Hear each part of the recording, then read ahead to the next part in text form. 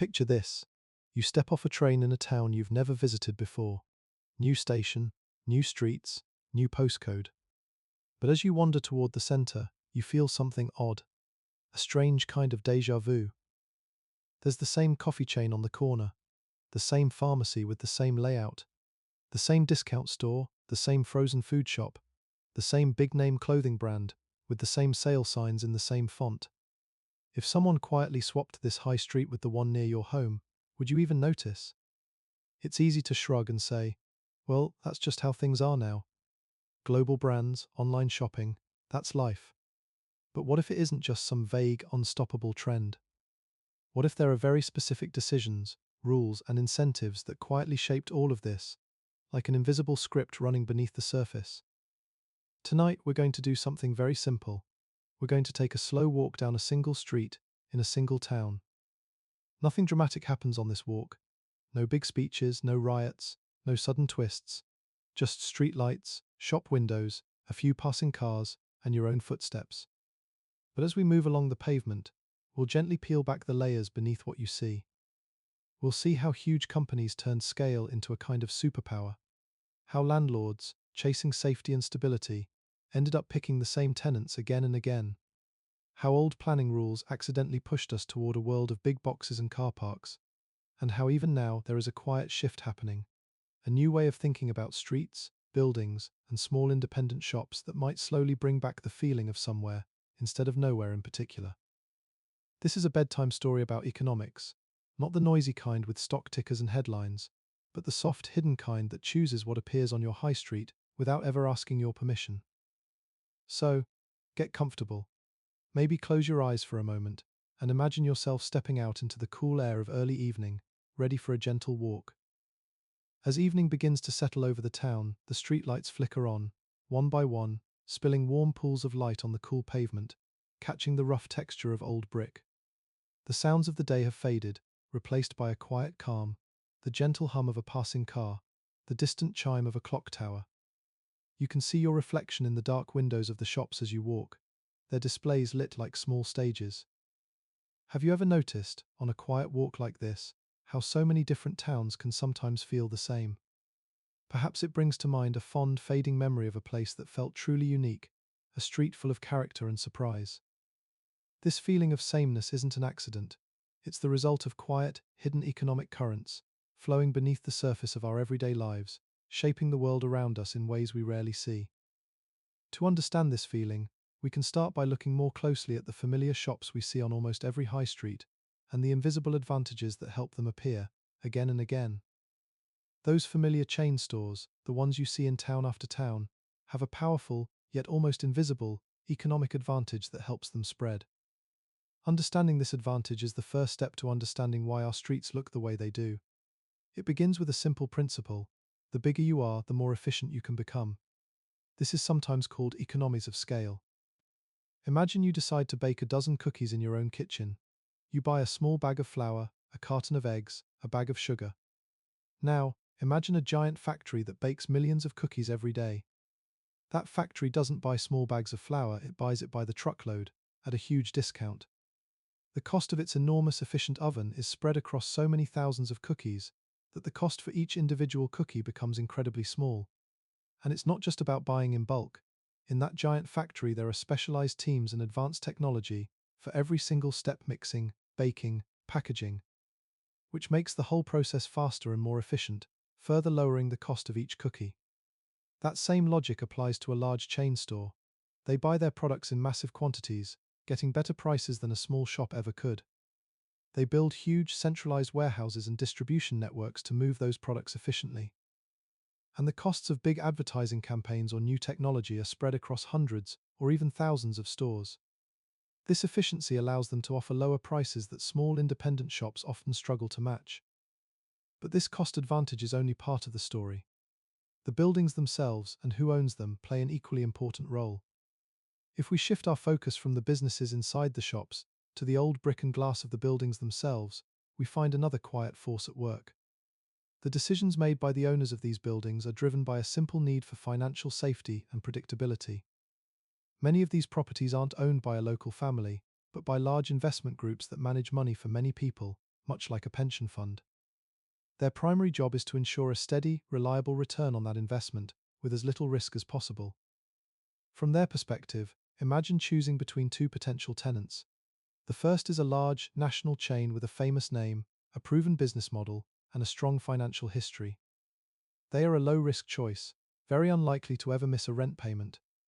More than that, their well-known name is a signal of success, making the property more attractive to other investors and tenants. The second is a new, independent business, perhaps a wonderful bookshop or a unique cafe. As promising as it may be, it represents a higher financial risk. This is where a little-known detail of commercial leasing becomes so important. The owner of that small shop is often asked to promise their own personal assets, like their family home, as security if the business fails. This is called a personal guarantee. The large chain, however, offers a corporate guarantee, backed by the full financial strength of the entire company. For a landlord who needs to minimize risk, the choice is often clear. This simple difference in financial security makes it very difficult for unique, unproven businesses to compete for the best locations on the high street. But beyond the economics of the shops and the logic of the landlords, there is an even bigger blueprint that dictates the physical shape of our towns. The way our towns are laid out, the width of the streets, the location of the parking, the shape of the buildings, is guided by a set of rules. You can think of these rules as the town's blueprint. For many decades, the main blueprint was a set of rules, often called zoning, that was created with good intentions to keep people safe and healthy. But over time, it has had unintended consequences for the character of our communities.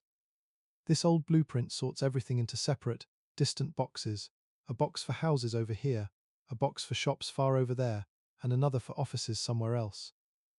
This idea led to the creation of sprawling suburbs where you have to drive everywhere, and retail areas dominated by large, generic box stores surrounded by vast parking lots, all connected by streets designed for the smooth flow of cars, not the comfort of people on foot.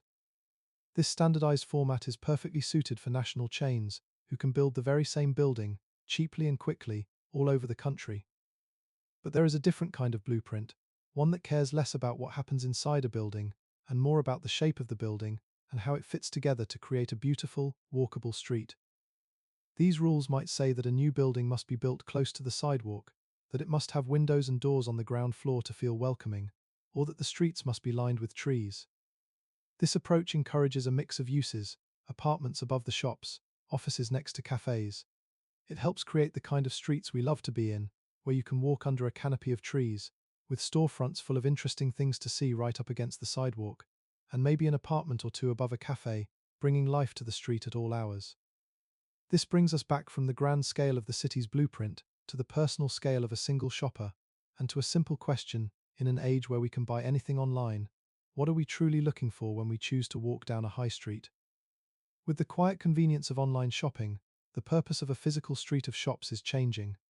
It is becoming less about the simple transaction of buying things and more about the experience and human connection we can find there. When researchers ask people why they choose to shop in a big mall versus a smaller shop on a high street, the answers are revealing. Malls are often chosen for their wide selection and good prices, but a great many people say they prefer smaller, local shops for a very specific reason: there's personal attention. And when you look closely at what personal attention really means to a customer, it splits into two very different ideas. The first is what we could call courteous attention.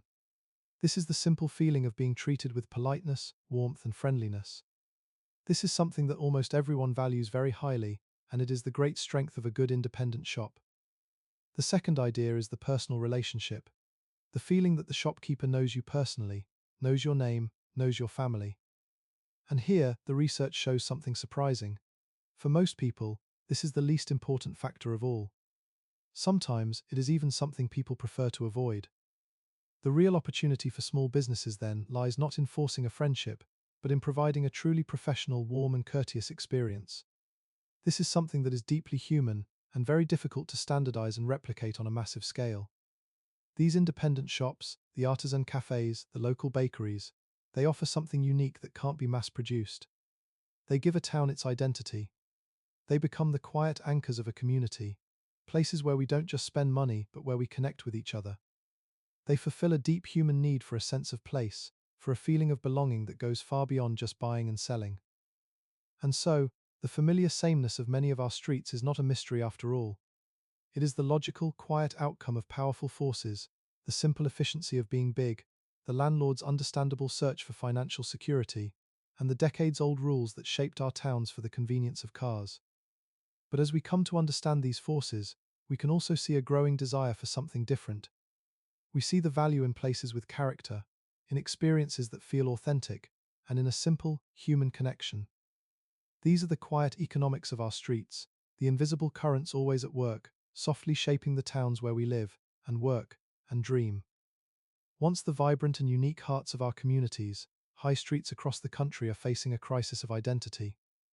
A widespread phenomenon known as the clone town effect is steadily eroding their local distinctiveness, replacing bespoke character with bland uniformity. A clone town is a town centre where the proliferation of national and international chain stores has created a functional and aesthetic sameness, making it difficult to distinguish one town from the next. This is not merely a retail issue, it represents a fundamental challenge to local identity, economic diversity, and the social fabric of our communities. As we diagnose this decline, it becomes clear that the metrics for success must evolve, moving beyond simple retail sales to encompass a broader vision for the high street as a vital centre for social and cultural life. The primary characteristic of the clone town effect is the dramatic homogenization of the retail offer and the concurrent disappearance of independent, specialized shops. Historically, town centres were defined by their considerable diversity and complexity, varying in scale, geography, and function. Each possessed a unique mix of businesses that reflected the character and needs of its local population. The Clone Town Britain report highlighted the stark loss of this uniqueness, documenting a landscape increasingly dominated by a predictable rotation of the same national brands.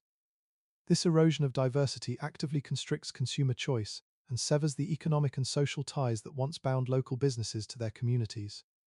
Diagnosing the decline of the high street purely through retail metrics is no longer sufficient. The rise of e-commerce and out-of-town shopping centres has fundamentally altered the high street's purpose. In response, urban policy has begun a necessary evolution, shifting its focus from simply optimizing retail sales to fundamentally reimagining high streets as vital centres for social, community, and cultural economies. The survival and future vitality of our town centres depend on this strategic pivot beyond retail, where they become multifunctional destinations offering a rich mix of activities that attract and engage the public in ways that transactional shopping alone cannot. The decline of a high street is not a simple linear process but a vicious cycle that, once started, can be difficult to reverse. This downward spiral is a self-reinforcing loop where initial weaknesses amplify over time. A reduction in footfall in one area, perhaps due to a store closure, immediately weakens the performance of nearby stores. As these surrounding businesses struggle, the area as a whole becomes weaker and less attractive. This degradation increases the likelihood of further store closures, which in turn reduces footfall even more, starting the cycle anew. This process illustrates how isolated problems can quickly cascade, leading to widespread vacancies and the erosion of a town centre's economic and social viability. The stark reality of high street decline is captured in several key negative trends that emerged over the decade leading up to 2011, painting a clear picture of systemic stress. Declining footfall. A critical measure of a high street's vitality, footfall saw a significant drop. Data shows a 10.4% fall in high street footfall over the 3 years prior to the 2011 report. Alarmingly, the most significant drop occurred during the second half of the year, impacting the all-important pre-Christmas sales period when retailers traditionally see their highest traffic. Rising vacancy rates. The problem of empty shops did not begin with the recession. Even in 2000, vacancy rates stood at a pre-existing level of 7 to 8%. Despite a healthy economy and rising consumer expenditure in the mid-2000s, these rates continued to creep upwards. This suggests that structural factors beyond the economic cycle were already undermining high street health, a trend that the subsequent recession greatly exacerbated. Loss of market share. Town centres have steadily lost their dominance in the retail landscape. By 2011, town centres' share of total retail floor space fell below 50% for the first time. This decline corresponded with a 3% average annual rise in out-of-town retail space over the previous decade, highlighting a definitive shift in where retail activity was taking place. The homogenization of our high streets and the grim statistics of their decline are not random or inevitable market outcomes. They are the predictable results of powerful, interlocking structural forces. To chart a course for a more diverse and resilient future, we must first understand the foundational drivers of this uniformity. What are the economic, financial, and regulatory systems that systematically favor standardization over uniqueness and corporate scale over local character? The following chapters will deconstruct these engines of sameness. To understand the rise of the clone town, we must first grasp the foundational economic principle that powers its economies of scale. This concept represents the primary engine driving the dominance of national chains and creating a competitive landscape that is fundamentally tilted against smaller, independent businesses. Economies of scale are the cost advantages that large companies achieve through increased production and operational efficiency. These savings, inaccessible to smaller players, create a profound and systemic asymmetry that favors standardization and makes it exceedingly difficult for unique, local enterprises to compete. Economies of scale are cost advantages that companies gain when their production becomes more efficient, often through an increase in scale. The core mechanism is straightforward. As a company produces more goods, it can spread its fixed costs such as technology, marketing, and management over a larger number of units. This process lowers the average cost per unit, allowing the company to either increase its profit margins or offer more competitive pricing. A business's size is therefore directly related to its ability to achieve these critical cost savings. These advantages can be categorized into two distinct types based on their origin. These originate from within a company and are the result of its size or specific management decisions. They are unique to the firm and give it a direct competitive edge. Key types include technical, the ability to invest in and utilize large-scale machinery or more efficient production processes that smaller firms cannot afford. Purchasing, the power to negotiate significant discounts from suppliers by placing bulk orders for raw materials or stock. Managerial, the capacity to hire specialists in areas like accounting, marketing, or logistics who can optimize different parts of the production and sales process. Financial, larger companies are often seen as more creditworthy, giving them better access to capital and more favorable interest rates from banks. Marketing, the ability to spread the high cost of major advertising campaigns across a larger market, lowering the per-unit advertising cost. These advantages are achieved due to factors that affect an entire industry, not just a single company. Examples include a highly skilled local labor pool or industry-wide tax reductions. However, large retailers can also leverage their sheer size relative to competitors to create what functions as an external economy of scale for them. By demanding superior bulk purchase discounts that smaller rivals cannot access, they effectively alter the cost structure of the industry in their favor. The ability to leverage economies of scale creates a profound competitive disadvantage for independent retailers. With lower per-unit costs, national chains enjoy wider profit margins and greater financial security. This allows them to more easily absorb rising operational costs, such as minimum wage increases and business rates, and invest in advanced technology. In contrast, small businesses face a constant financial squeeze. They pay higher prices for stock, face higher relative costs for marketing, and operate with thinner margins, leaving them far more vulnerable to economic shocks and financial precarity. To make this concept tangible, consider a custom t-shirt business. A significant part of the cost is the initial setup, designing the logo and creating the silkscreen pattern. If the shop produces only 10 shirts, the setup cost per shirt is high. If it produces 500 shirts, that same setup cost is spread across many more units, dramatically lowering the per-unit cost. However, scale has its limits. A restaurant kitchen provides a good illustration of diseconomies of scale. While adding a second cook might double productivity, adding a 10th cook to a small kitchen will likely lead to them getting in each other's way, reducing efficiency and increasing the average cost per meal. This shows that while scale offers powerful advantages, it is not an infinite resource. The ability of large chains to relentlessly leverage economies of scale is the first major structural driver of high street homogenization. It provides them with a fundamental cost advantage that systematically undermines the viability of smaller, independent competitors. This scale advantage, however, is inert without a logistics network of equal magnitude, an invisible infrastructure optimized for volume that creates the second structural barrier to local diversity. In the modern retail landscape, the battle for dominance is fought not just on the high street but in the vast, unseen networks of logistics and supply chain management.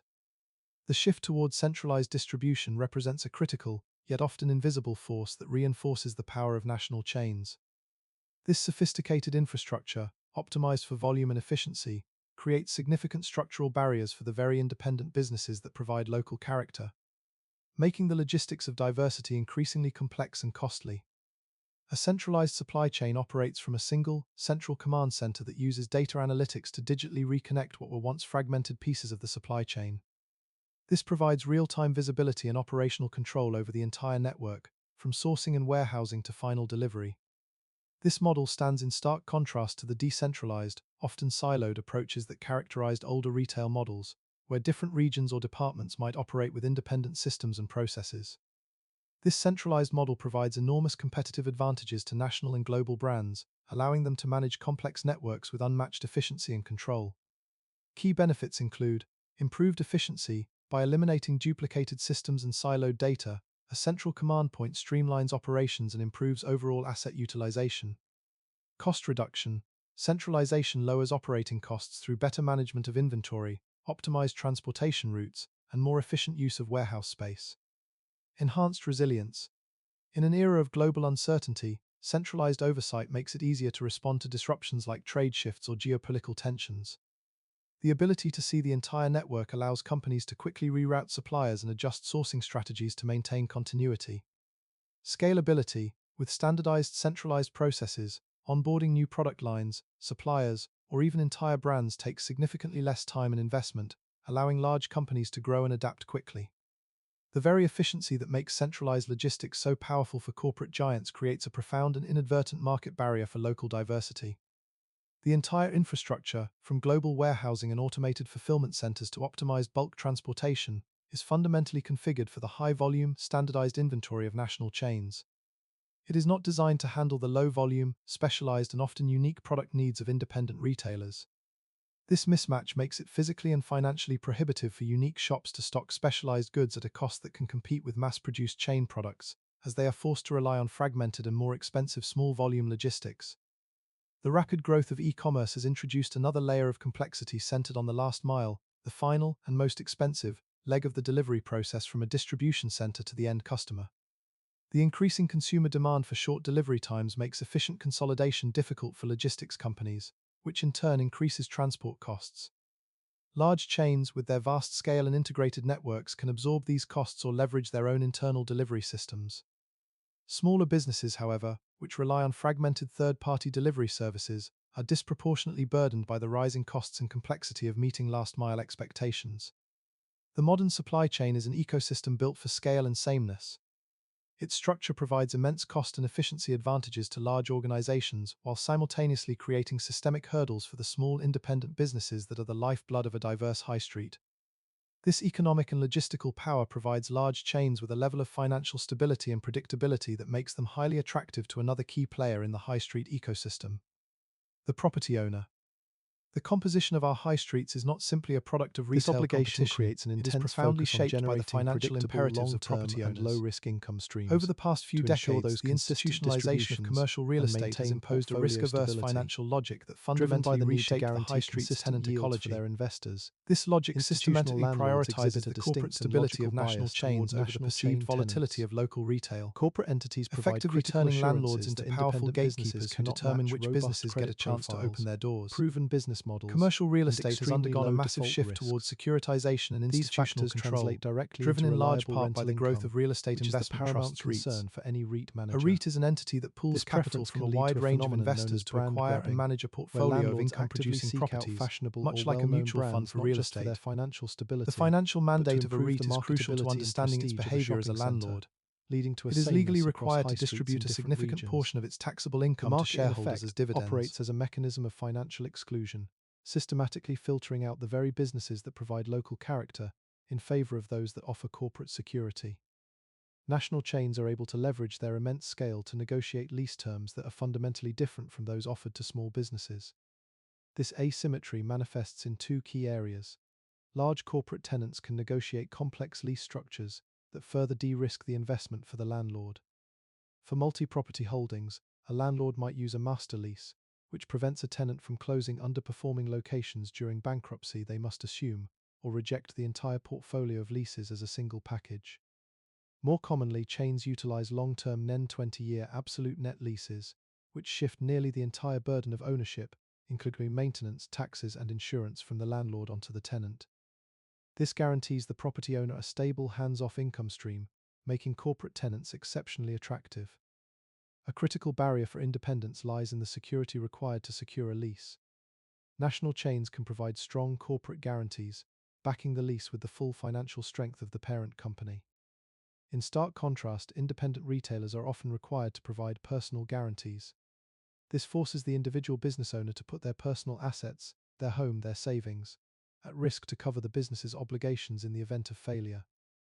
This creates a severe financial and psychological barrier to entry that corporate entities simply do not face, making it far riskier for an entrepreneur to open a shop than it is for a chain to open a new branch.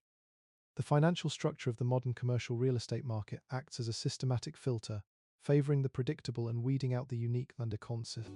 This preference for corporate stability over local entrepreneurship is a primary driver of high street homogenization. Thus, the cost advantages derived from economies of scale and centralized logistics are monetized in the real estate market as low-risk covenants, creating a financial filter that gives physical form to economic asymmetry. Beyond these forces dictating who gets a lease, however, there is a regulatory framework that dictates the physical shape of the high street itself, often with equally homogenizing results. Urban planning regulations, while created with the intention of bringing order and safety to our communities, have often become powerful instruments of physical uniformity. The well-established practice of conventional use-based zoning, in particular, has unintentionally created a built environment perfectly tailored for the replicable, automobile-oriented operational models of generic chain stores. By prioritizing the separation of activities over the quality of place, these regulations have laid a blueprint for blandness that actively suppresses local character. Traditional zoning regulations are built on a core principle, the separation of land uses. This approach creates distinct districts for different activities, such as residential, commercial, and industrial, to prevent negative impacts like industrial smoke affecting homes. In addition to separating uses, these codes establish rigid standards for building bulk, height, setbacks from the street, and crucially, parking. This fundamental segregation of uses disrupted the mixed-use vitality and walkability that defined historic town centers where people lived, worked, and shopped in close proximity. As post-war development patterns shifted toward the suburbs, retail followed, standardizing its building formats into generic boxes surrounded by vast parking lots. Conventional zoning codes actively reinforced this model. By mandating minimum off-street parking requirements and specific building setbacks, they created a physical template that implicitly subsidized the business model of national chains like CVS or Taco Bell. These companies perfected a replicable architectural format designed for high-volume, auto-centric access.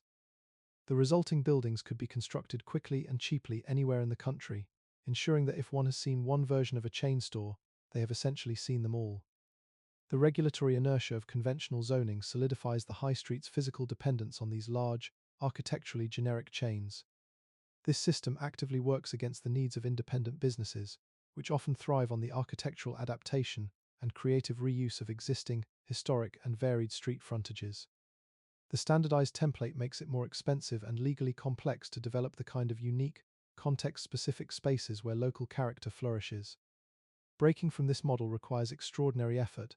For example, in Mashpee Commons, Massachusetts, the developer had to fight to force CVS to abandon its standard parking in-front design and instead build a store that adhered to traditional Main Street urban design standards.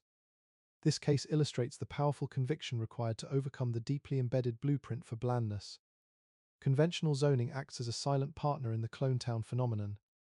By creating and enforcing a physical template optimized for standardization and automobile dependency, it has helped design the very uniformity that plagues our high streets. It has given us a predictable and orderly landscape, but at the cost of character, vitality, and local distinctiveness. If this old blueprint is failing, what does a new one look like? The answer lies in a radical alternative that flips the focus of planning from regulating use to shaping form. Form-based codes (FBCs) represent a direct and powerful response to the decades-long failings of conventional zoning. They offer a fundamental shift in planning philosophy, prioritizing the physical character of buildings and their relationship to the public realm over the mere separation of land uses. By focusing on the form of development, FBCs provide a proactive tool for communities to define the future they want, rather than simply reacting to proposals they dislike. In the fight against the clone town crisis, form-based codes are a key regulatory weapon for mandating and cultivating local distinctiveness. A form-based code is a method of development regulation that emphasizes the physical form of buildings and de-emphasizes the regulation of land uses. Unlike conventional zoning, which is primarily concerned with what happens inside a building, an FBC focuses on what happens outside, how development shapes and relates to its surrounding context. It regulates the relationships between buildings and the street, between pedestrians and vehicles, and between public and private spaces, using clear physical standards to create predictable, high-quality environments. The philosophical and practical differences between these two regulatory approaches are stark. FBCs are not simply an aesthetic overlay, they represent a complete reorientation of planning priorities from abstract uses to tangible places. By shifting the focus of regulation to the physical form of the built environment, FBCs can deliver a wide range of positive impacts for communities, residents, and developers alike. Preservation and transformation. FBCs are highly adaptable tools. They can be precisely tailored to preserve the cherished existing character of one area, like a historic high street, while simultaneously facilitating transformative, high-density change in another, like a deteriorating commercial corridor. Increased predictability. Because FBCs use clear visual and dimensional standards, they give developers a much better understanding of what the community wants from the outset. This predictability streamlines the review process, reduces the need for discretionary review boards, and ultimately lowers risk for all parties. Expanded options for developers. By de-emphasizing rigid use restrictions, FBCs can expand the potential market for new development. A building designed to a high-quality form standard can be more adaptable to different kinds of tenants over its lifetime, making it a more resilient and valuable asset. Fostering sense of place above all, FBCs directly address the design of the public realm, the streets, sidewalks, and public spaces that everyone shares. By regulating how buildings shape these spaces, FBCs are a powerful tool for defining and enhancing a community's unique character and creating a tangible sense of place. Conclusion. A new regulatory mechanism. Form-based codes offer a powerful regulatory mechanism to break the cycle of standardization that has produced so many clone towns. By codifying a community's vision for its physical future, they can mandate the very uniqueness and human-scale design that conventional zoning has suppressed. But how does a community move from this compelling vision to an enforceable law? The answer requires a practical look at the specific components and processes involved in creating and implementing one of these codes. Creating a form-based code is a structured, multi-step process that translates a community's aspirational vision for its future into a set of specific, enforceable rules. It is a journey from high-level concepts about sense of place to the tangible, dimensional elements that shape the built environment. This chapter demystifies that process, breaking down how a community can define, design, and regulate the physical character of its streets and buildings. While each community's process will be unique, the creation of an FBC typically follows a three-step path that combines technical analysis with deep community engagement. Step 1. Scoping. This initial phase defines the project's parameters. The code team, usually composed of municipal staff, expert consultants, and community stakeholders, determines the geographical area the code will cover. E.G. Just the downtown, a specific corridor, or the entire municipality. They also decide how the new FBC will relate to existing regulations. Will it be a complete replacement for the old zoning code, or will it be an optional parallel code that developers can choose to use? Step 2. Assessing existing conditions. Before creating a vision for the future, the team must thoroughly document the present. This phase involves a detailed analysis of the community's existing urban form at multiple scales. The team identifies broad sub-areas, neighborhoods, districts, corridors, and then drills down to smaller scale details like typical building placement, frontage types, and architectural features. This assessment provides the essential DNA of the community's character and forms the basis for the new code. Step 3. Visioning and creating regulations. This is the most critical phase, where the community's desired future is defined through active public participation, often in the form of intensive design workshops or charrettes. This vision is then translated by the code team into a set of specific regulations and a regulating plan. This plan is the FBC equivalent of a zoning map, assigning the new form-based districts to specific physical locations within the community. Core organizing principles of form-based codes. FBCs are typically organized around one of two common principles that classify and regulate different types of places. Transect-based codes. This approach uses the concept of the rural to urban transect, a spectrum of development intensity. Zones are classified based on their physical character, ranging from T1 rural preserve through the suburban zones to T6 urban core.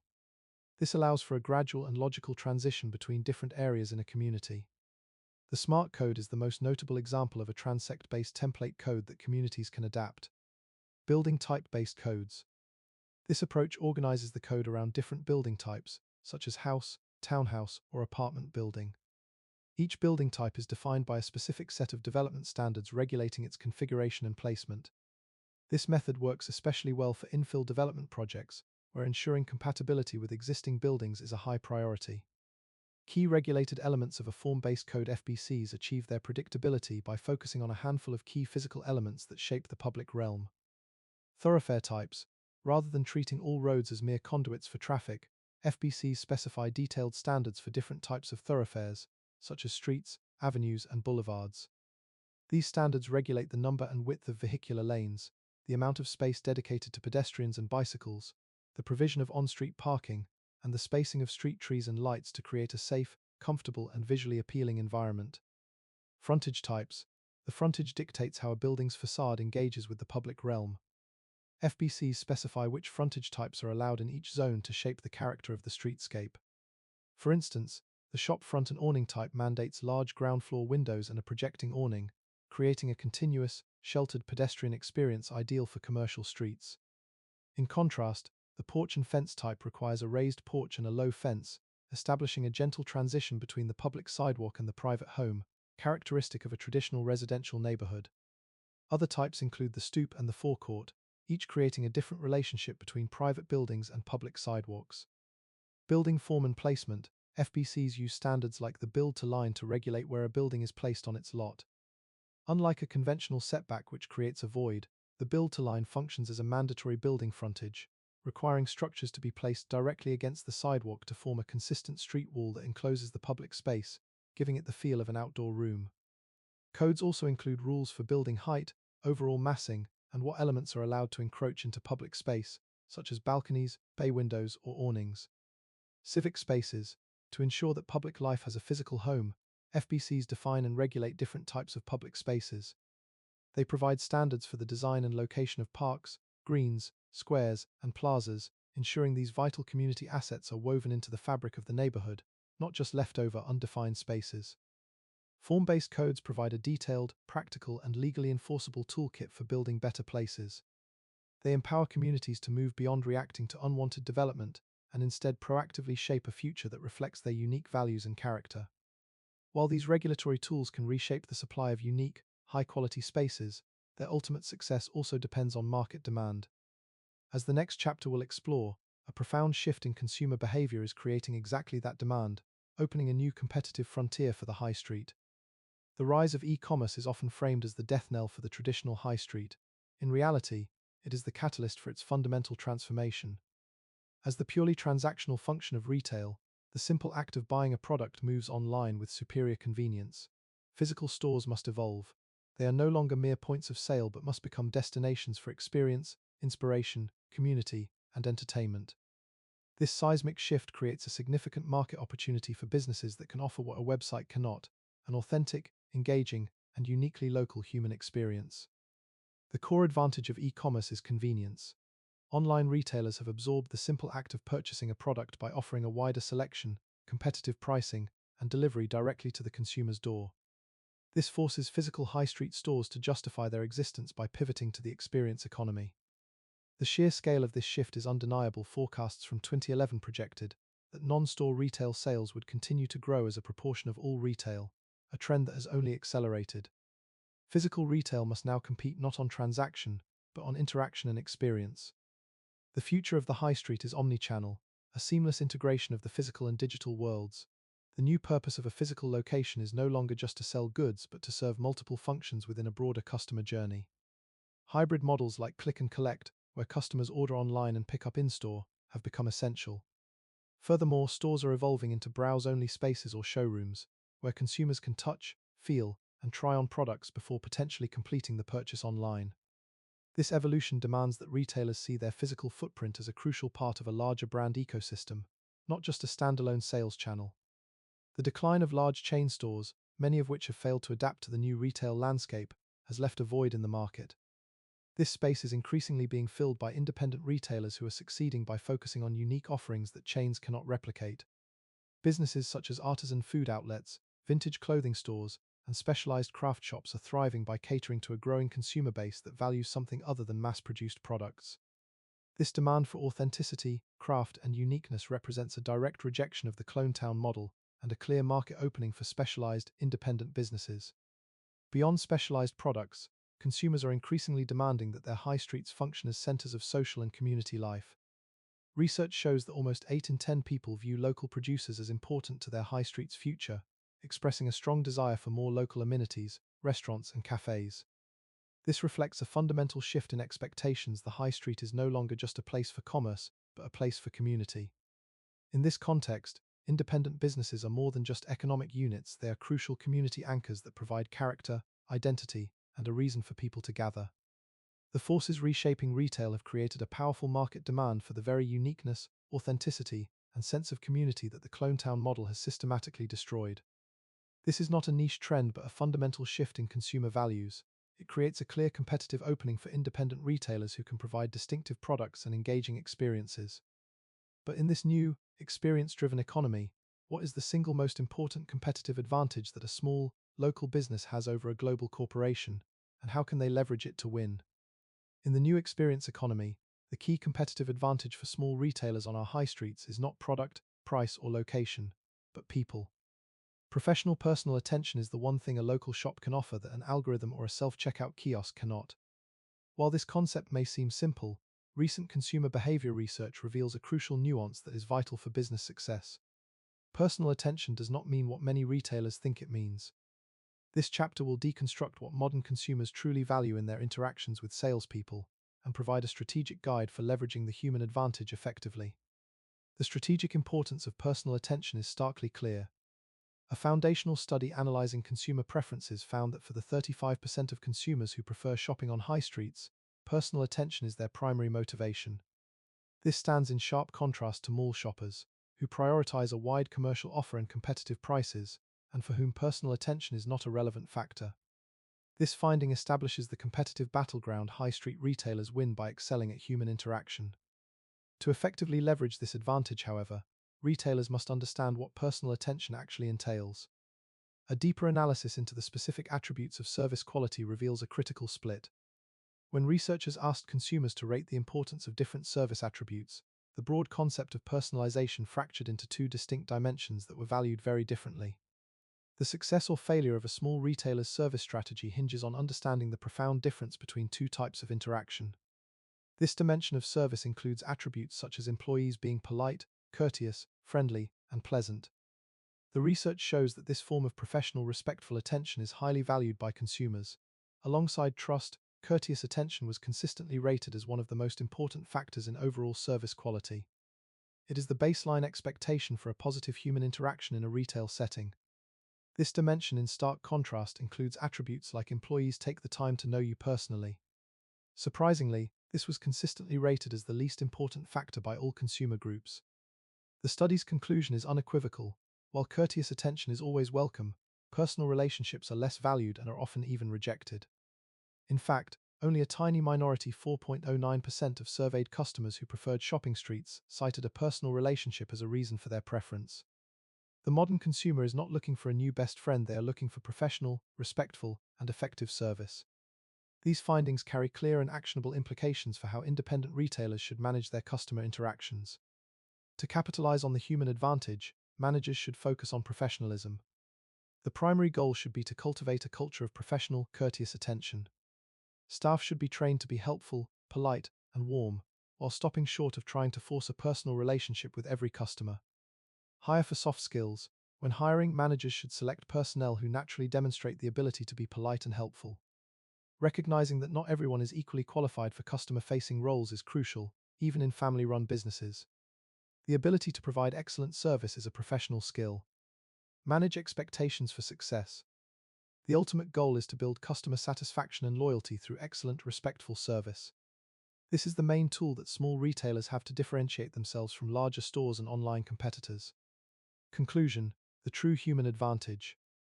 The human advantage of independent retail lies not in forced familiarity, but in consistent, professional, courteous, and respectful service. This is the key to winning customer loyalty in the experience economy. Understanding this distinction is the final piece of the puzzle. With a clear view of the structural problems driving homogenization, the regulatory solutions that can mandate uniqueness, and the market opportunities created by shifting consumer demand, the final step is to outline a comprehensive policy playbook to make this revitalization a reality. Reversing the forces of homogenization requires a holistic and coordinated policy response. The clone town phenomenon is not an accident but a structural problem rooted in deep-seated asymmetries of economic scale, financial risk, and regulatory design. Therefore, the solutions must be equally structural, working in concert to level the playing field and actively foster resilient, distinctive high streets. This playbook synthesizes the key policy pathways needed to neutralize the drivers of uniformity and build a more diverse and vibrant future for our town centers.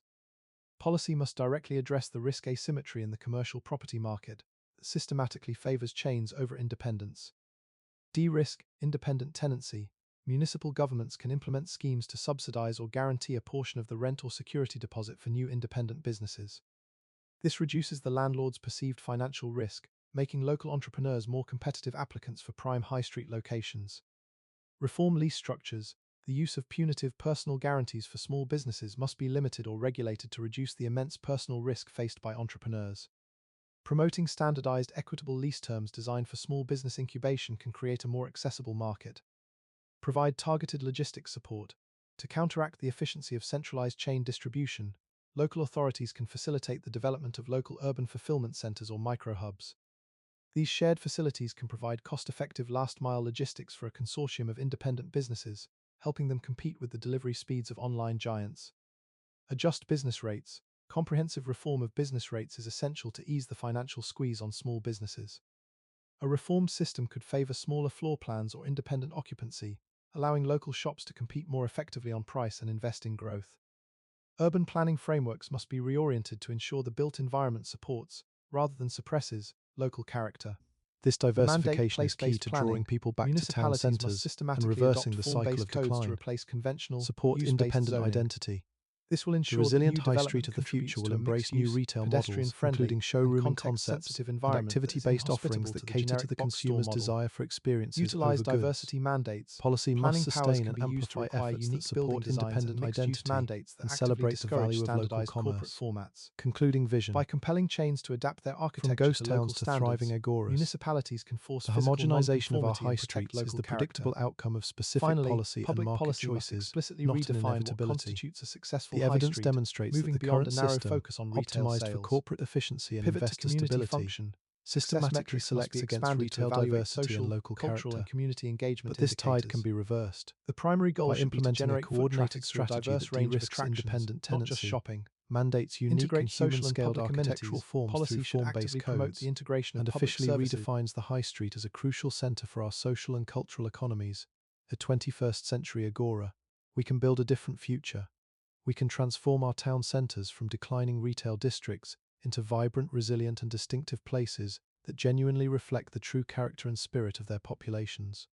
Imagine for a moment that the story doesn't end with policy documents and planning codes, but with another evening walk.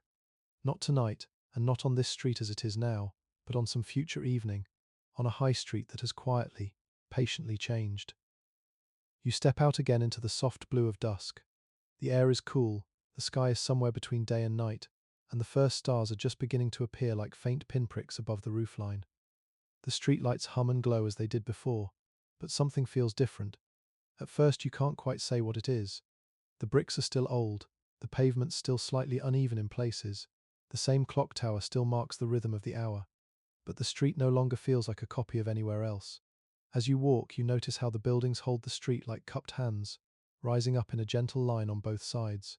Shops press close to the pavement, their front windows alive with small, carefully arranged worlds. There is a faint warmth spilling out onto the street, yellow light, the murmur of voices, the clink of cups and glasses.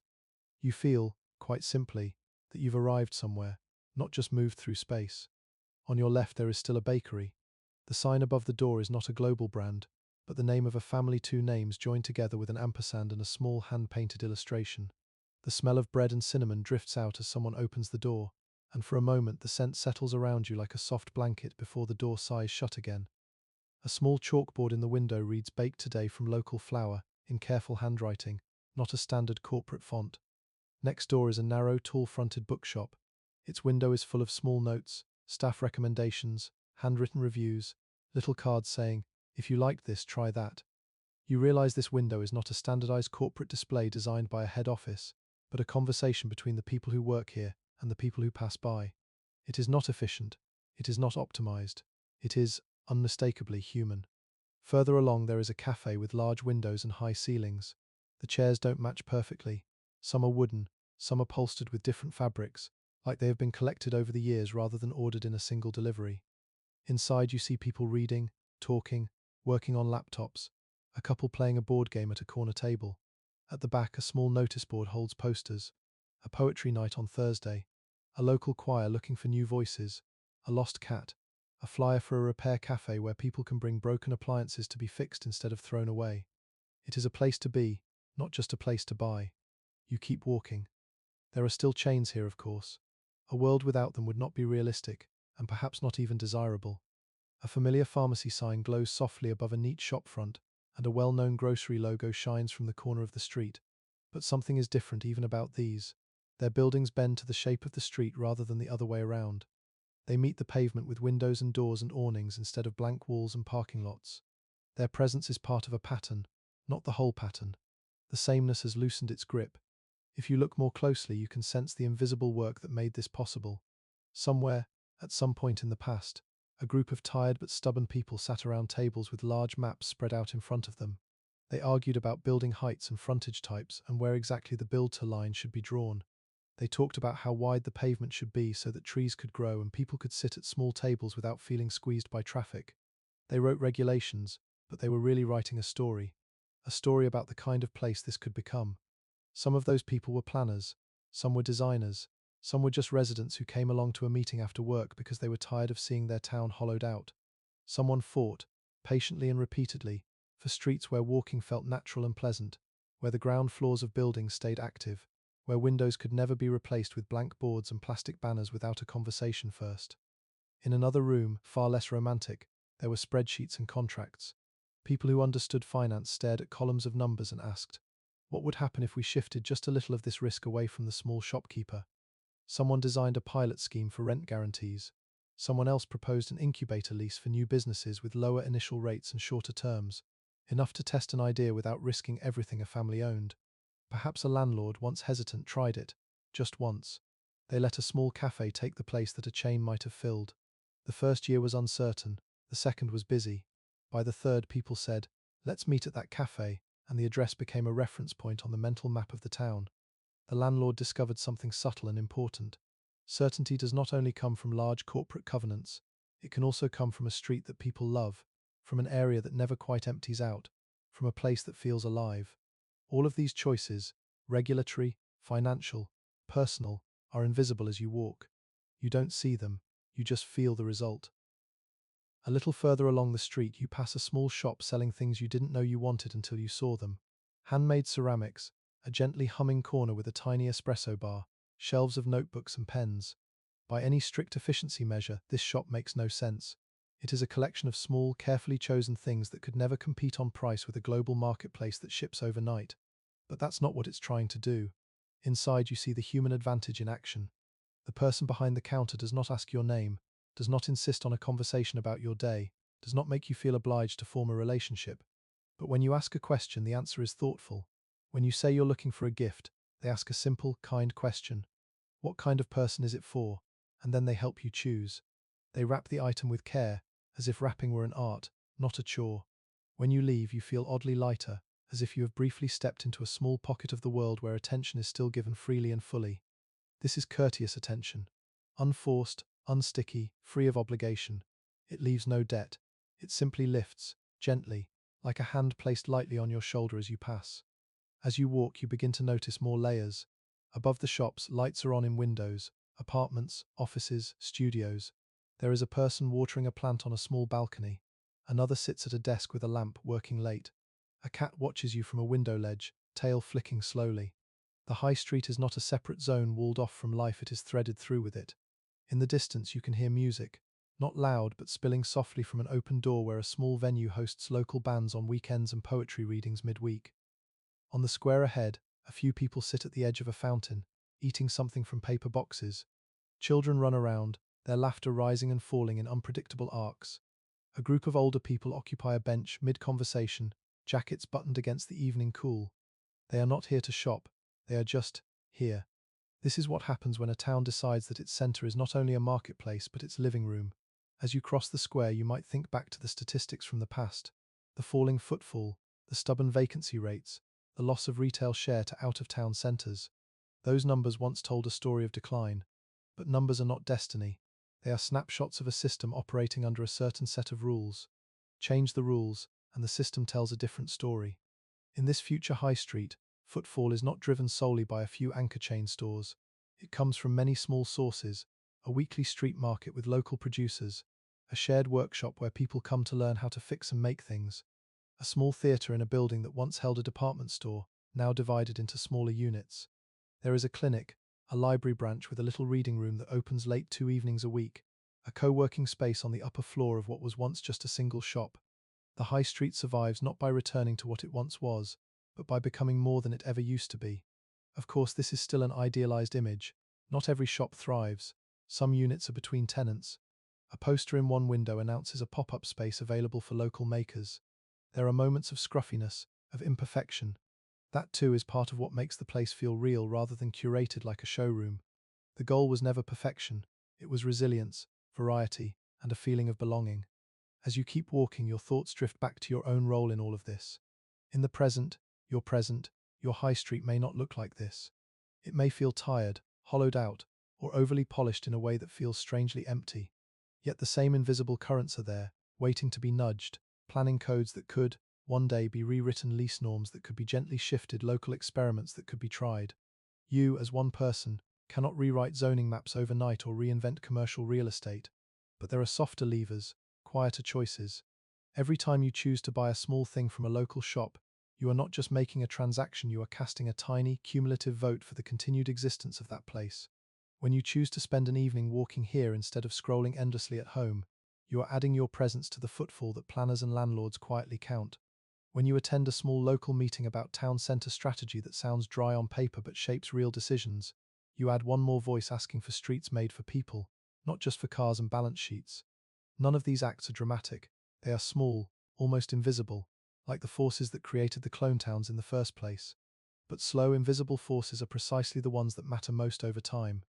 You might imagine for a moment a pair of scales.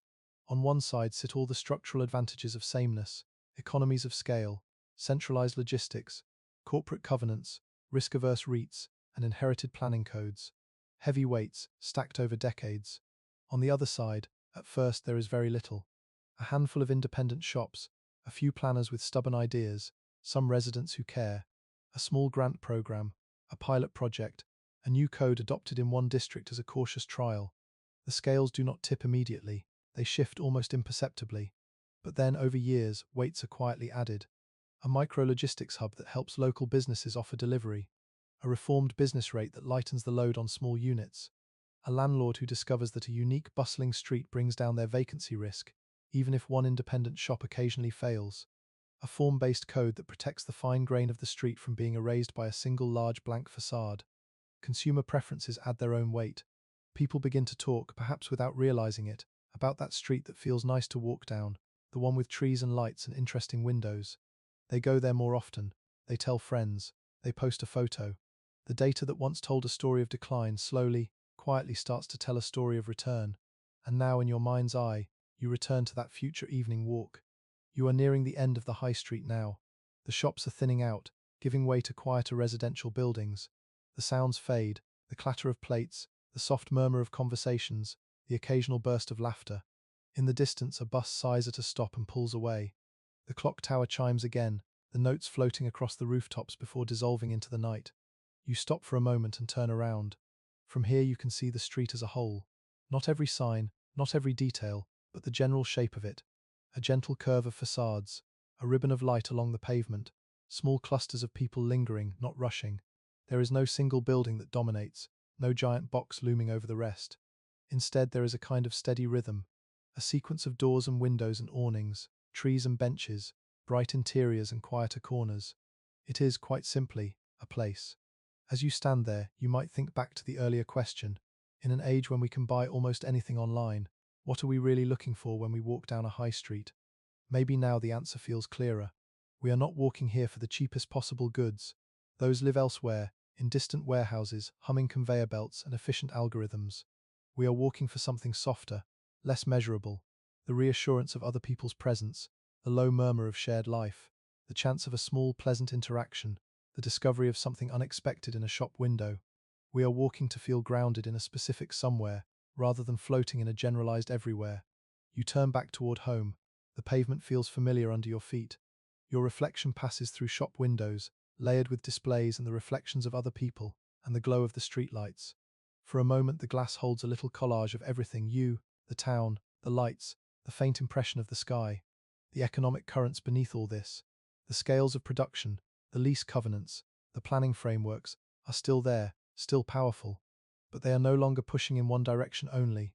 They are being, in small ways, redirected, bent slightly toward human scale, toward variety, toward the possibility that streets can once again feel like places worth loving. As you walk the last stretch, you let these thoughts drift and soften, like the sounds of the street as they fade behind you. The policy diagrams and technical phrases, external economies of scale, form-based codes, master leases, last-mile logistics, begin to feel distant, like skimmed notes from a lecture you once attended. What remains, as you reach your door, is a simpler memory. The feeling of a street that does not blur into every other street. A place with lights and voices and small, unrepeatable details. A town that, against long odds and quiet pressures, chose to become itself again. You step inside. The door closes gently behind you, and the outside sounds soften to a murmur. Somewhere beyond your walls the street continues, lights glowing, shops closing, a few last conversations lingering under the street lamps. The invisible economics of it all keep flowing. Rents paid or due, deliveries scheduled, plans drawn for tomorrow. But for now they can flow without you. You set your keys down, you exhale. And if, as you lie back and let your eyes close, you find your mind wandering once more to that future high street, the warmth of the bakery, the quiet bookshop window, the soft glow of the cafe, the slow curve of buildings under the evening sky, that's all right. It is, after all, just another kind of dream for a town to grow into. You sleep, for a while, and the street goes on without you. Morning comes and goes. People unlock doors, roll up shutters, make coffee, sweep pavements. Deliveries arrive. Boxes are stacked and unpacked. Shelves are straightened. Tills are counted. The small details of running a place unfold quietly, like the turning of pages in a book very few people ever read. When you step back outside the next day, the sky is a soft, washed-out grey, the kind that makes everything look slightly gentler, as if the world has been put through a light filter. The high street looks almost exactly as it did last night, and yet, in daylight, you can see more of the texture. You decide to walk slowly, not to get anywhere in particular, just to look. At the corner you pause outside the bakery. You watch as a couple of people go in, emerge with paper bags and cups, and drift off in different directions. A delivery driver backs a van up to the curb. For a moment the scene is almost comical, the modern supply chain compressed into a few square meters, van door open, crates of flour and butter, a driver checking a handheld device, the baker signing with flour-dusted hands. It's easy to talk about logistics and distribution networks in abstract terms, but here, you see it made small and concrete. Someone, somewhere, reworked the rules to make it possible for this bakery, and others like it, to share costs. Perhaps there is a local distribution hub hidden in an unremarkable warehouse on the edge of town, a place where deliveries come in bulk and go out in smaller portions to dozens of businesses. Maybe a quiet partnership was formed between the council and a cooperative of shopkeepers, pooling demand so that they could access better rates on deliveries and storage. Standing on the pavement, you don't see any of that. What you see is a simple cardboard box being set down carefully so it doesn't crush the pastries in the window. But behind that cardboard box is an entire shift in priorities. An infrastructure that once existed solely to serve large chains has been gently nudged to also serve the small. You move on. Further down you find the little bookshop you noticed the previous evening. Today its door is propped open with a stack of old hardbacks, and a bell rings softly as you step inside. The air smells faintly of paper and dust and something like coffee. Inside it feels almost like a small library with prices attached. Two people are browsing quietly. The owner is helping another customer at the counter, talking softly about an author you've vaguely heard of. There is no aggressive sales pitch here, no scripted greeting, just a calm, steady presence. You wander between shelves that stretch a little higher than you expected. Some books are neatly aligned, others slightly crooked. On a small table, there's a handwritten note, local author's shelf. These books are printed in small batches. If you like one, please tell us. It helps us decide what to restock. It is a tiny example of something overwhelming when seen in aggregate, a local feedback loop. In the old, homogenized model, decisions about what to sell were made far away, fed by national sales data and broad demographic assumptions. Here, the feedback loop is immediate and personal. Someone asks, "Did people like this?" And the answer is based on 100 small conversations, not a distant dashboard. You pick up a book, leaf through a few pages and set it back down again. The owner glances over, not with expectation, but with that quiet awareness that comes from being genuinely present in a room. The thought occurs to you in a completely frictionless economy. You would have seen a recommendation for this book on a screen, clicked once, and it would be on its way to your door already. Efficient, yes. Perfectly optimized, maybe. But you wouldn't have noticed the slightly wobbly handwritten sign, or the way the owner arranged the table to catch the light, or the way a nearby shelf leans just enough to hint that the building is older than you are. You leave with nothing in your hands, but a little more in your mind. Outside again, the day is unfolding at its own unhurried pace. Somewhere, a bin lorry makes its rounds. A bus hisses at the stop. A cyclist drifts past, balancing a paper bag on the handlebars. The high street is not packed, not frantic, but not empty either. It has that gentle hum that signals enough life to feel safe, but enough space to breathe. You decide, without quite meaning to walk beyond the part you know well. As you go further, the buildings shift slightly. Some are newer, their bricks sharper, their windows cleaner and larger. Others are older, patched and repatched. There are small signs of experimentation.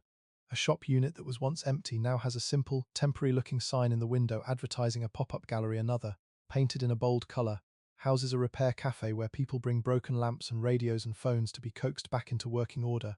You step inside the repair cafe out of curiosity.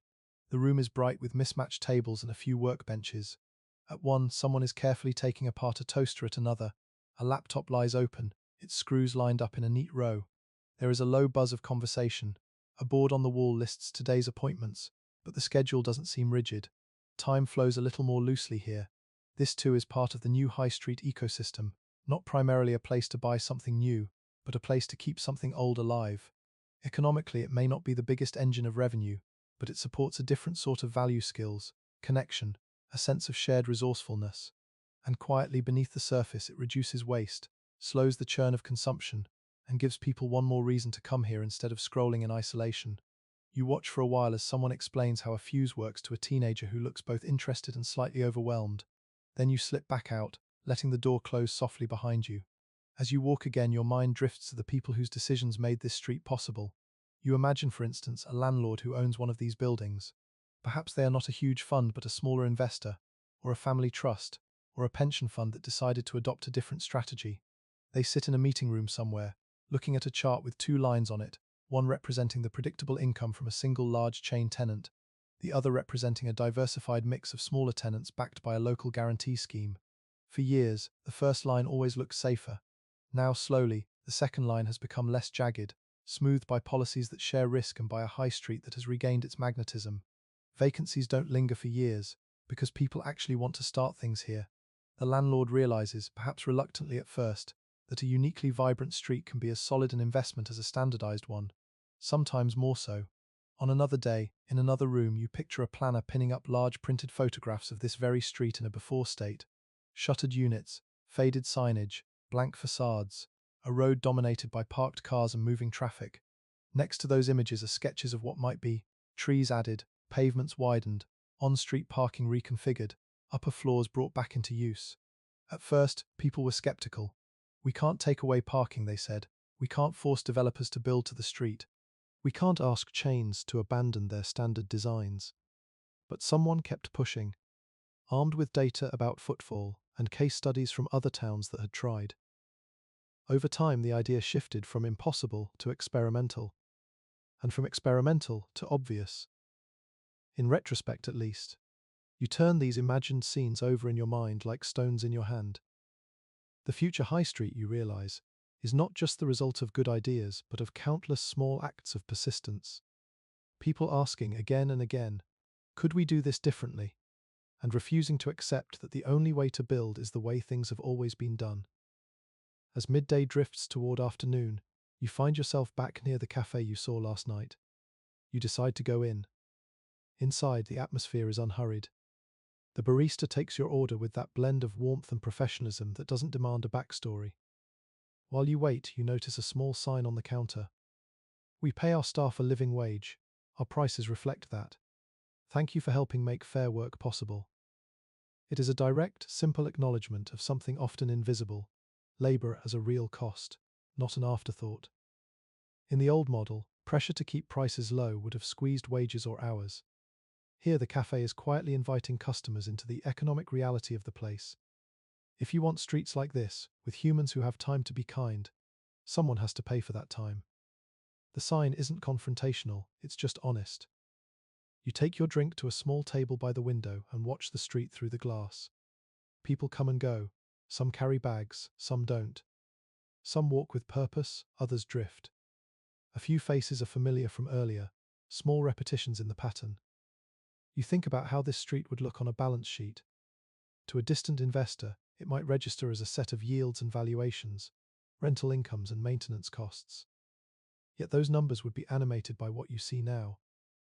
A parent with a pushchair stopping to talk to someone they recognize. A delivery driver parking carefully to avoid blocking a cycle lane. A child pressing their face to a toy shop window. An elderly couple sharing a quiet conversation on a bench. It's all so ordinary that it's almost invisible.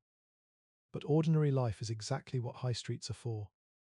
You linger over your drink, letting time stretch a bit. In the background, you catch fragments of conversations: someone talking about a job interview, someone else describing a recipe, another person complaining gently about the bus timetable. It's a soft murmur, the soundtrack of local life. Eventually, you step back out into the afternoon light. The question rises unbidden: how long would it take, in your own town, for a street to feel like this? Years, probably. Decades, perhaps. These shifts are slow. But slowness is not the same as impossibility. Just as the old model of sameness took decades to entrench itself, through planning patterns, retail consolidation, financial structures, so too will any alternative be built layer by patient layer. You imagine starting from where you are now, a high street that feels tired, cloned, slightly brittle around the edges. You picture one building being converted from a single large unit into three smaller ones. One lane of traffic being turned into a wider pavement with trees. One short stretch of street being brought under a new form-based code as a trial. One landlord agreeing to a different kind of lease. One local logistics hub launching as a pilot. Each step, on its own, modest. Together, capable of bending trajectories. The thought is strangely comforting. It suggests that the story of homogenization is not fixed, but simply the outcome of a particular set of rules and incentives. Change the rules, and the story changes. Change them in many places, and the pattern of clone towns can loosen its hold. You continue walking until the shops thin out once more, and the high street begins to blend into ordinary residential streets. The buildings step down in height, the shop fronts give way to front gardens and small driveways, and the pace of life shifts. As you turn back, looking one last time toward the concentration of lights and signs and windows, you let yourself imagine this. Somewhere, years from now, someone else will be walking down this same street, perhaps a child who has only ever known it in this improved, human-scaled form. To them, it will feel completely normal that the buildings face the pavement, that there are trees and benches, that most shops are small and distinct.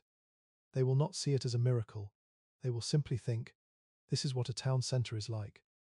They won't know, unless someone tells them, that it could have been otherwise. That there was a time when the high street felt interchangeable with every other, when chain logos were the dominant language, when cars pushed people to the edge of the pavement. They will take for granted the existence of the cafe, the repair shop, the bookshop, the small market square with its fountain.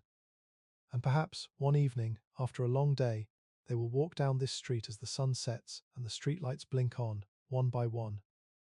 They will see their reflection in the darkening windows, layered with displays and passing headlights and the soft glow of interior lights.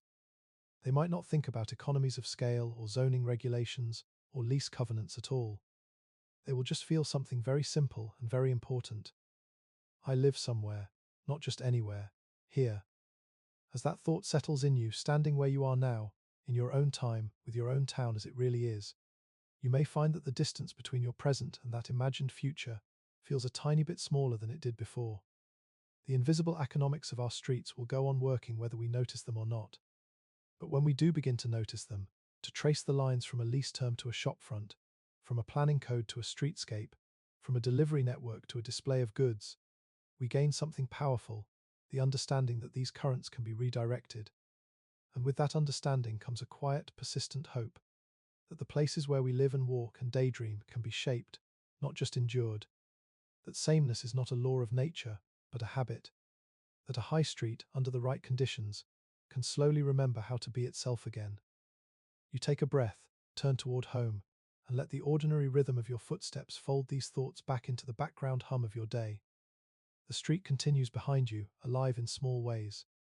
Somewhere a bell rings, a door closes, a light is switched on, a till opens and shuts. And above it all, unhurried and unbothered, the sky stretches on, waiting patiently to see what stories these streets will tell next. Time passes, not dramatically, not all at once, but in that quiet way time usually likes best, through small repetitions. Mornings of unlocking doors and making coffee, afternoons of deliveries and conversations and ringed up purchases, evenings of lights dimming and chairs being stacked on tables, seasons drifting over the same set of streets, changing the light and the air, but not the basic shape of things. If you could watch this high street sped up, like a time lapse, you'd see more clearly how the slow forces work. Trees planted when they were thin and uncertain would thicken, branches reaching out into rough canopies. Shop fronts would appear, vanish, and reappear in new colours and shapes. People would age. A child pressing their hands against a toy shop window in one frame is a teenager leaning against a lamppost in another, and someone hurrying home with a briefcase is later an older person walking more slowly with a canvas shopping bag. But in real time, none of this feels like change. It just feels like life. On a certain afternoon, not special, just available, you decide to sit on a bench halfway down the street, in a place where you can see both the older buildings and a newer section that was redeveloped more recently. The air has that faint coolness that suggests summer is starting to let go. The light is soft, flattened by thin cloud. From here you can see two stories at once. To your left, the older shop fronts narrow, slightly irregular widths, patched brickwork, painted signs that have been refreshed every few years. They lean into the pavement in that old-fashioned way, doors only a step or two from where your shoes rest. Above them, the windows of apartments with curtains and plants and the occasional object left carelessly on a sill. A mug, a book, a small radio. To your right, the newer section, also built to the pavement, also lined with windows, but with brickwork that hasn't yet learned how to fade, glass that still feels a little sharper. Trees planted along the curb are smaller here, their trunks still wrapped in thin protective guards. But the pattern is similar. Shops at ground level, life above. A consistent street wall, broken into pieces just varied enough that your eye keeps moving. Nothing about this view would make for sensational headlines. And yet, this quiet, ordinary scene is the outcome of years of decisions, debates, calculations, and compromises. Years in which the gravitational pull of sameness could very easily have won. A person passes in front of you, walking a dog. The dog pauses to sniff at a tree, the person waits patiently. Behind them, a cyclist glides past, slowing automatically near a crossing where a couple of children wait. One of the children is carrying a paper bag with the bakery's logo on it, the top slightly translucent with grease where a pastry rests inside. You watch them all go by, and your mind drifts again to the hidden diagrams behind this scene. You imagine, for instance, the moment when someone first proposed narrowing part of the road to widen the pavement and add those trees. On paper, in a meeting, it might have looked like this. A line on a map coloured differently. A small change in the placement of curbs and the width of lanes. A note in the margin about traffic calming and pedestrian priority. To someone looking only at traffic counts and car journey times, it might have seemed unnecessary, complicated, even risky. But to someone who understood streets as places rather than pipes channels, not just for cars but for encounters, for small pauses, for the quiet pleasure of walking, those same lines on the map would have looked like a chance to nudge the high street a little closer to being somewhere people wanted to linger, rather than a corridor they hurried through. Years later, sitting here, you can feel the consequence of that small change without needing to name it. The traffic still moves, just slower, more cautious. Crossing the road feels less like a negotiation with danger and more like a simple step. The line of trees is not yet grand, but they already soften the space, catching light and shadow, framing the buildings. The economic effects of such changes are indirect, but very real. When walking feels safe and pleasant, people walk more. When they walk more, they notice more. When they notice more, they are more likely to step into that shop they've passed a dozen times before, more likely to buy a pastry or a book or a coffee, more likely to treat the high street not as a functional strip of shops but as part of their own daily landscape. From a distance, this shows up as a slight upward curve on a footfall graph, or a gradual improvement in small business survival rates. Up close, it looks like someone deciding, on a whim, to sit down with a drink instead of going straight home. Someone like you, on a bench. Across the street, a door opens and a small group emerges from an upper floor office. Their lanyards and laptop bags betray them as people who work in some quiet, unremarkable profession, accounting perhaps, or design, or something with numbers and emails. They head toward the cafe together, talking in low voices. 20 years ago, that upper floor might have been vacant, its windows dusty. Now it holds another small strand of daily life, another source of steady custom for the businesses below. That too is part of the new logic of the high street. Not just shops competing for the same shrinking pool of shoppers, but layers of different uses stacked together, each feeding the others. Offices, homes, studios, venues, clinics, cafes. A small overlapping ecosystem where no single activity has to carry the whole weight of the street's survival. You sit and you watch, and you think about how fragile this balance could be, and yet how robust it can become once enough pieces are in place. Further down the street, at the edge of your vision, you notice something you hadn't before. A narrow alley running between two buildings, paved in slightly different stones. It seems to lead to a small courtyard or back lane. A flicker of curiosity nudges you up from the bench. You follow it. The alley is only a few meters long, and then it opens into a tiny courtyard, almost like an accidental room between the backs of buildings. Once, this might have been a forgotten service area, a place for bins and deliveries. Now, someone has claimed it gently. There are a few potted plants, a string of small lights overhead, and two simple benches. On one wall, a painted mural breathes colour into the brick, a loosely drawn map of the town with little icons marking landmarks, shops, and parks.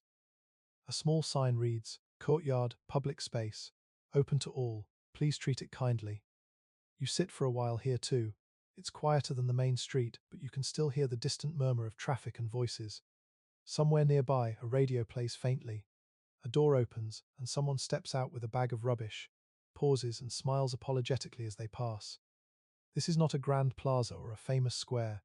It's just a leftover space, gently converted into somewhere you can sit without needing to buy anything. And yet even this small space is part of the economic story. Someone had to decide that it was worth spending a little money to pave it, to paint the mural, to hang the lights. Perhaps a grant paid for part of it. Perhaps the shopkeepers on either side contributed time or funds. A planner could have marked it as service access only and left it at that. Instead, someone thought about the high street not just in terms of frontages and trade, but in terms of pockets of rest, places where you can stop, decompress, and simply be near other people without obligation. In a world where so many spaces are transactional, where sitting often has to be justified by buying, a free place to rest is a quiet statement about what matters. It puts a small thumb on the scales, favoring the idea that town centers are civic spaces as well as commercial ones. You let your eyes drift over the mural.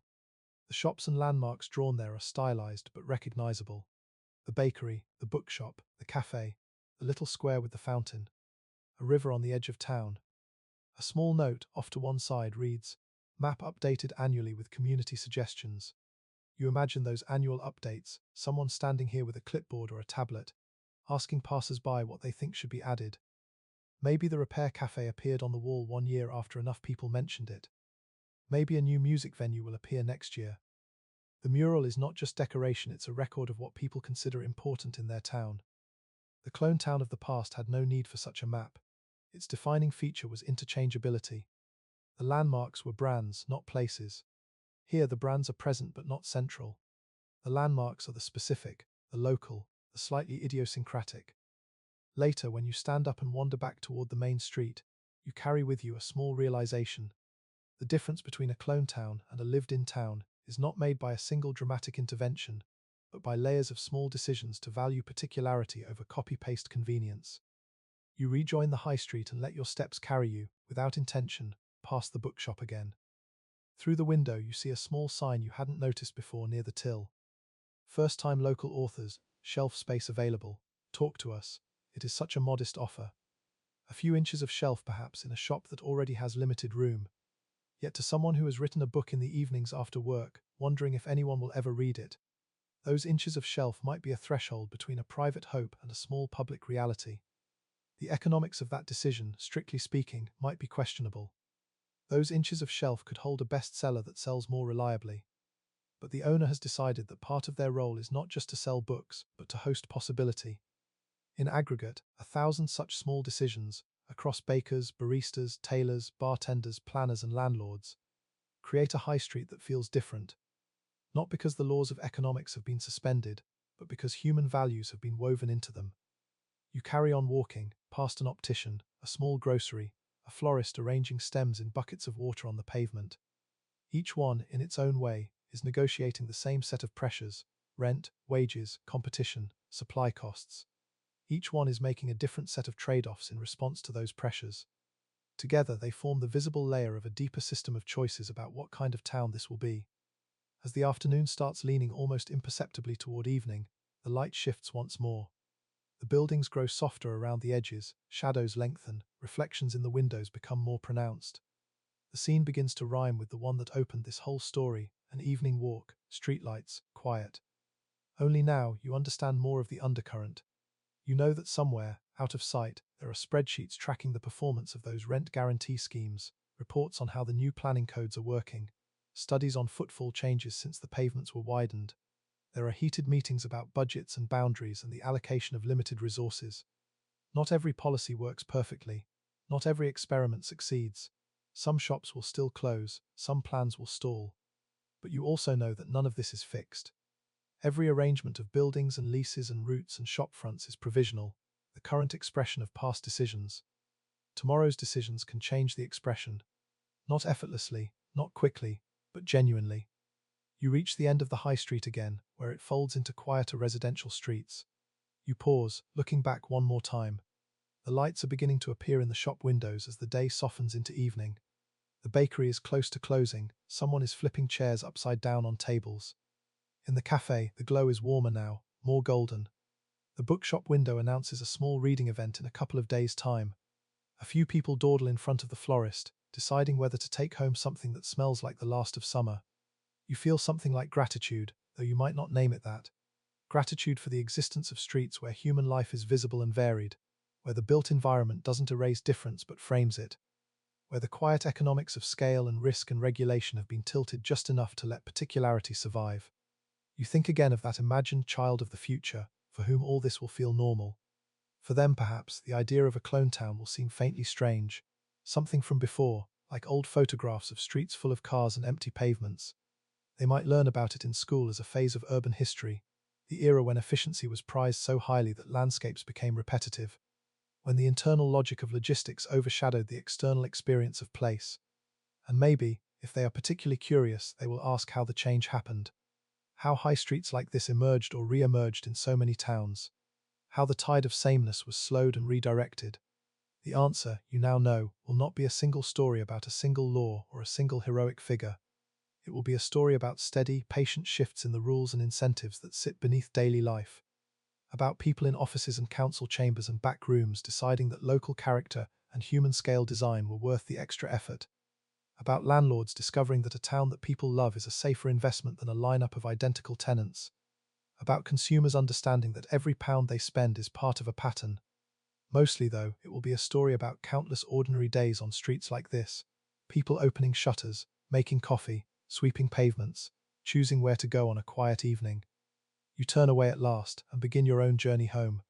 As you walk, the sounds of the high street taper off behind you, replaced by the softer noises of residential roads, the rattle of a bicycle chain, the distant call of someone's name, a dog barking once and then settling. Above the roofs, the sky opens out, pale and high. By the time you reach your door, the streetlights are fully awake. You glance back just once more, catching a last glimpse of the subtle glow in the distance where the high street lies, like a gentle seam of warmth stitched through the fabric of the town. Inside, the ordinary rituals of evening await you: keys on the table, shoes off, a light switched on, the familiar weight of your own space settling around you. And if, as you settle, your mind drifts again to that street and its quiet transformations, let it. Because somewhere, at this very moment, other streets in other towns are still in the before phase, still flattened by sameness, still pulled by the strong currents of scale and risk and inherited rules. Somewhere, someone is just beginning to ask whether those rules might be gently rewritten. And perhaps, in some small way, this story, this long, slow walk through the visible and invisible economics of a single high street, will stay with you as a reminder that the places we move through are not given, but made. Made by policy, yes, but also by preference, by patience, by the simple repeated act of choosing to care about what a town feels like at dusk, when the lights come on and the reflections in the windows briefly show us, layered together, the people we are and the places we've built around ourselves. Outside, the town exhales into evening, the currents flow on, and somewhere not far away, on that gently glowing street, another person is taking their own quiet walk, perhaps feeling that subtle, hard-to-name sense of being not just in a town, but in this town. A feeling that, once you've had it, is very hard to mistake for anything else.